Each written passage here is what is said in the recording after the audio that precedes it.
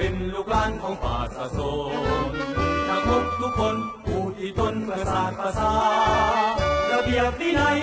แข่งแกร่งเนื้อกว่าเลกานับถือฟังผู้บรรษาผู้พัฒนาเป็นคนทำเมียพอเป็นทหารเป็นลูกหลานสัตวีละโซนนักรบทุกคนต่อสาวตนด้วยใจภาคเพียรผู้สามัคคีเพิ่มทวีการอ่านการเขียนเอาแนวทางนั้นเป็นเบาเสียนต่อทนแยกเพียนเป็นประจำเป็นทหารนั้นละเป็นหัวของชา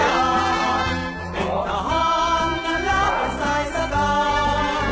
ถึงจะตายไว้ไร้แสงสารทหารทหารไม่เคยไว้วันโตเป็นที่บังฮาวี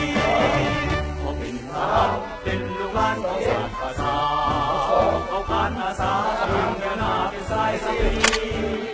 แรงอดทนผู้ที่ตนด้วยเกียรติศักดิ์ศรี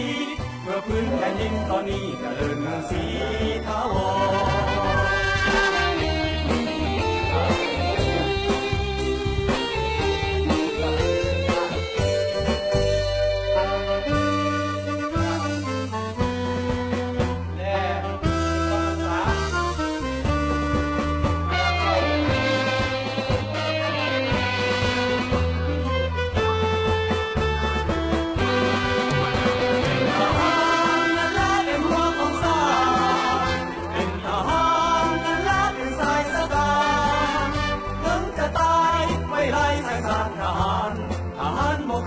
วันถูกกุมารที่บังฮาวี